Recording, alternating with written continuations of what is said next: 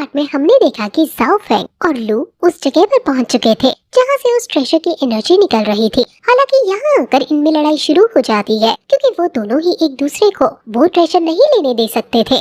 वैसे अब उसी दौरान बाकी सभी भी वहाँ पहुँचते हैं। अब शायद उनमें भी लड़ाई हो सकती थी, लेकिन ऐसा होने के पहले ही अचानक से वहाँ पर उस ट्रेजर का प्रोटेक्टर आ जाता है, जो कि वही जायंट स्नेक है जो इन्हें पहले मिला था। और उसके आने के साथ साथ यहाँ उस गुफा का दरवाजा भी खुलने लगा था, लेकिन वो सिर्फ कुछ ही सेकंड के लिए खुलता है। इस वजह से वह भी कोशिश कर रहे थे कि वह उस गुफा में जा सके, लेकिन यहाँ वो जायंट स्नेक उन्हें रोक रहा था। हालांकि जाओ फेंग किसी तरह से उस गुफा में जाने ही वाला था, लेकिन तभी वो देखता है कि वो जायंट स्नेक लू पर हमला करने वाला है। इसलिए अब ये देखते हुए लू को बचाने के लिए जाओ फेंग लू को अपने साथ सीधा ही उस गुफा में ले आता है, जिसके बाद वो गेट बंद हो गया और वो जायंट स्नेक बाकियों पर हमला करने लगा था। वैसे उस जगह पर जाओ फेंग के घोस्ट सेक्ट से आए हुए वो दो मास्टर भी आ गए थे, जो अभी किसी तरह का फॉर्मेशन क्रिएट करने की कोशिश कर रहे थे।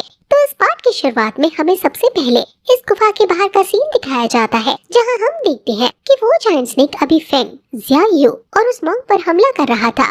उसके अटैक बहुत पावरफुल थे, इस वजह से इन तीनों को ही बार बार पीछे हटना पड़ रहा था।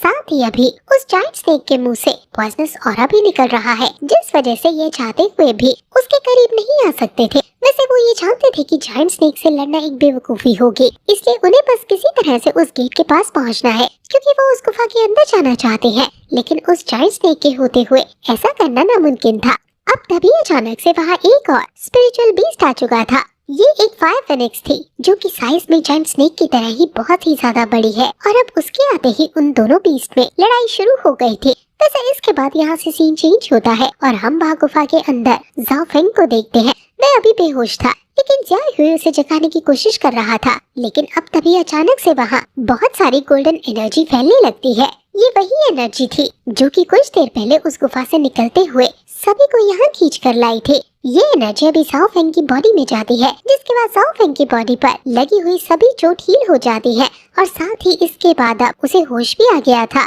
अभी वह पहले तो ये चीज देखकर हैरान था कि आखिर उसकी सारी चोट कैसे ठीक हो गई, लेकिन फिर तभी उसकी नजर पास में ही लेडी लू पर जाती है। वो भी अभी जाओ फेंग की ही तरह यहाँ आकर बेहोश हो गई थी, लेकिन अब उसे देखने के बाद जाओ फेंग को अपनी लू के साथ वाली सारी पुरानी मेमोरीज याद आने लगी थी। वो अभी वाली लू में पहली वाली लू को देख रहा था, लेकिन तभी इतने में ही लू को होश आ जाता है, जिससे अभी सिचुएशन थोड़ी वियर्ड हो गई थी, लेकिन उन दोनों के ही हाथ साथ में थे। वैसे फिर जाओ फेंग तुरंत ही अपने हाथ को पीछे हटा लेता है। वैसे अब लू खड़ी हो जाती है। साथ ही अभी वो थोड़ी हैरान थी और सोच रही थी कि आखिर वे किस जगह पर आ गए। उसे बस इतना पता था कि वह उस गुफा के अंदर आ गए थे, और फिर तभी से वह बेहोश है। अभी लू को ये तो पता ही है कि उसकी जान जाओ फेंग ने ही बचाई है, इसलिए अब वो जाओ फेंग से इसकी वजह पूछती है। लेकिन इस पर जाओ फेंग कहता है कि ऐसा कुछ भी नहीं है, उसकी किस्मत अच्छी थी, इस वजह से उसकी जान बच गई, क्योंकि जाओ फेंग के कहने के हिसाब से उसकी लू की जान बचाने के कोई इंटेंशंस नहीं थे। हालांकि असलियत तो सिर्फ हम ही जानते हैं। वैसे अभी लू को भी बहुत चोट लगी हुई थी, लेकिन तभी फिर से अचानक से ही वह गोल्डन एनर्जी वहाँ पर आती है और लू की चोट को भी हील करने लगती है। लू को भी अभी कुछ समझ नहीं आ रहा था, लेकिन अभी ये गोल्डन एनर्जी जिस डायरेक्शन से आ रही थी वो लू को हील कर वापस उसी डायरेक्शन में जा रही थी। अब दूसरी तरफ हम वहाँ बाहर उस फायर फिनिक्स को देखते हैं, जिसकी फाइट अभी उस जायंट स्नेक से चल रही है। हालांकि वो जायंट स्नेक वैसे तो बहुत ताकतवर है, लेकिन फिर भी वह फायर फिनिक्स के अटैक के सामने नहीं टिक पा रहा था। फायर फिनिक्स को देखकर भी ऐसा लग रहा था जैसे कोई उसे अपनी पार देने की कोशिश कर रहा है। वैसे अभी फिनिक्स फायर के अटैक की वजह से जायंट स्नेक को बार बार बचना पड़ रहा था। अब इसके बाद हम वापस से इधर गुफा के अंदर आते हैं और देखते हैं कि अभी लू और जाओ फेंग दोनों ही उस गोल्डन एनर्जी के पीछे जा रहे थे, और फिर कुछ ही दूर आने के बाद उन्हें सामने एक बॉल रखा दिखता है, जिसके अंदर किसी तरह का लिक्विड रखा हुआ था, और अभी वो गोल्डन एनर्जी जिसने उन्हें हील किया वो भी उसी लिक्विड के अंदर से निकल रही थी। वे उसे देखकर समझ गए थे कि ये जरूर किसी तरह का हीलिंग पोशन है, और शायद यही वह ट्रेजर है जिसके लिए वे यहाँ पर आए थे। लेकिन अब जाओ फेंग जैसे ही उस पोशन को लेने के लिए हाथ बढ़ाता है तो लू उसके हाथ को रोक देती है।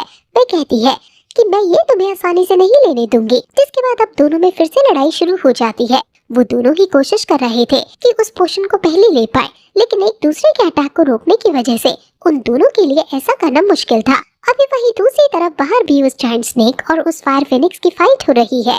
फायर फिनिक्स के ताकतवर होने की वजह से जायंट स्नेक कोशिश कर रहा था कि वह छिपकर हमला करे, पर इसका कोई फायदा नहीं होता। क्योंकि वह फायर फिनिक्स उसके हर एक अटैक को रोक लेती है। साथ ही अब उसे इतना गुस्सा आ गया था कि वह अपना बहुत ही ज्यादा पावरफुल अटैक करती है। वो अभी अपनी पूरी पावर लगाकर फ्लेम थंडर टेक्निक का इस्तेमाल कर रही थी, जिसकी वजह से वहाँ की जमीन भी हिलने लगी थी और साथ ही वहाँ वो पत्थर भी टूटने लगे थे। वैसे इसके साथ साथ अभी कुछ हमले वहाँ उस गुफा के गेट पर भी जाकर लगते हैं, जिसे देखकर लग रहा था कि शायद वो गेट टूट सकता है।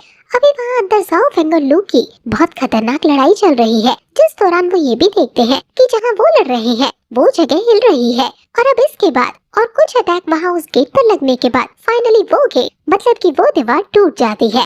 अब ये देखकर मोंग, फैंग और ज़ियायू तीनों ही हैरान थे और वो खुश भी थे, क्योंकि अब वह शायद किसी तरह से उस गुफा के अंदर जा सकते हैं। इसलिए उन्हें ये भी पता है कि उन्हें आगे बढ़ने से पहले किसी तरह से इन दोनों बड़े बीस्ट को चकमा देना होगा, जो करना लगभग नामुमकिन है, क्योंकि वो फायर फिनिक्स खुद अभी उस गुफा के अंदर जाना चाहती है। शायद उसे भी वही ट्रेजर चाहिए जिसके लिए ये लोग यहाँ पर आए हैं। वैसे अब हम फिर से यहाँ उस गुफा के अंदर आते हैं और देखते हैं कि ऊपर की जो दीवार है वो बहुत ही तेजी से हिल रही है, लेकिन इसके बाद भी ये लोग उस पर ध्यान नहीं दे रहे थे। पर तभी अचानक से उस ट्रेजर वाले बॉल के अंदर से किसी तरह का स्टोन निकलता है। अभी उस स्टोन के बाहर आते ही उसके अंदर से बहुत सारी गोल्डन एनर्जी एक साथ निकलना शुरू हो जाती है।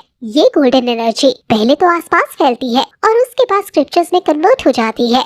ये स्क्रिप्चर्स बुक ऑफ हेवन के अंदर लिखे हुए हैं। इस वजह से ज़ाओ फेंग और लू उन्हें देखकर बहुत ही ज्यादा हैरान थे। अभी इन्हें लैंग्वेज तो समझ आ रही थी, पर इन्हें ये नहीं समझ आ रहा था कि आखिर ये ट्रेजर उन्हें ये स्क्रिप्चर्स क्यों दिखा रहा है। वैसे अब इस दौरान वे इस चीज को फिर से नजरअंदाज कर देते हैं कि अभी ऊपर की दीवार लगभग पूरी तरह से क्रैक हो चुकी है और अब वहाँ से बहुत बड़े बड़े पत्थर भी गिरने लगे हैं। वैसे अब हम देखते हैं कि वह जो स्क्रिप्चर्स थे वे फिर से गायब होने लगे थे, जिसके बाद वो उस गोल्डन एनर्जी में बदलकर वापस उस स्टोन में जाते हैं और फिर से वो स्टोन भी वापस से उसी बॉल में जाकर उसी पानी में मिल जाता है। अभी लू और ज़ाओ फेंग दोनों ही इसी चीज को देख रहे थे, लेकिन इतने में ही वो ऊपर की पूरी दीवार ही टूटकर नीचे गिरने लगी थी और फिर ज़ाओ फेंग, लू और ज़ियाओ तीनों ही वहाँ उन पत्थरों के नीचे कैद हो चुके थे। वैसे ये चीज उनके लिए कोई सीरियस बात नहीं थी, क्योंकि उन्होंने बहुत ही आसानी से इन स्टोन्स को वहाँ से हटा दिया था।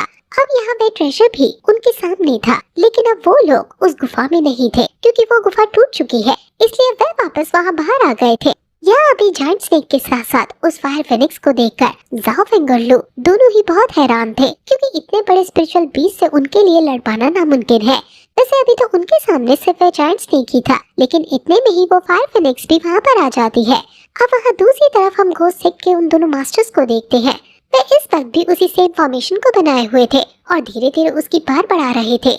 ऐसा लग रहा था जैसे कि वे उस फॉर्मेशन से यहाँ उस फायर फिनिक्स को कंट्रोल कर रहे हैं और उसे अपनी एनर्जी दे रहे हैं। पर अब जो भी हो, लेकिन यहाँ फायर फिनिक्स की पार तो अचानक से ही बहुत ज्यादा बढ़ गई थी, जिस वजह से अभी उसके अटैक के सामने वो जायंट स्नेक भी नहीं टिक पा रहा था, जिस वजह से उसे वहाँ से जितना हो सके उतना ही दूर हटना पड़ रहा था। हम देखते हैं कि फायर फिनिक्स के अटैक से अभी जो हवा चल रही थी उसकी वजह से यहाँ ज़ाओ फेंग भी खुद को संभाल नहीं पा रहा था।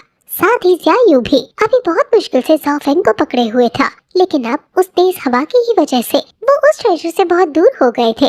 वहाँ दूसरी तरफ फेंग, ज़ियायू और मोंग वे तीनों भी अभी छुपे हुए थे, लेकिन वे जानते थे कि अब यहाँ पर उन्हें ट्रेजर मिलने की कोई चांसेस नहीं है, क्योंकि वह ट्रेजर अभी उनसे बहुत दूर है।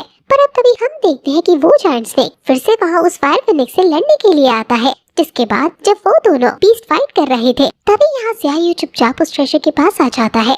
साथ ही अब वो उस पोशन को भी पानी समझकर बॉल को उठाते हुए उसके अंदर का वह सारा पोशन पीने लगता है। उसे देखने के बाद अभी सभी लोग बहुत ही ज्यादा हैरान थे। अभी ज़ाओ फेंग डर गया था, क्योंकि उसे डर था कि इस पोशन के बाद शायद ज़ियायू नहीं बच पाएगा, क्योंकि अब उस पोशन को पीते ही ज़ियायू अचानक से नीचे गिर गया था। अब तभी वह दोनों बीस्ट भी अपनी फाइट रोक देते हैं, लेकिन तभी ज़ियायू अपने पेट को खुजाने लगा था। इसका मतलब वो मरा नहीं है, लेकिन उसने वो पूरा बॉल खाली कर दिया है, जिस वजह से वो दोनों ही बीस्ट अभी उसकी तरफ देख रहे थे। लेकिन अब इसी के साथ ये पार्ट यहीं पर खत्म हो जाता है।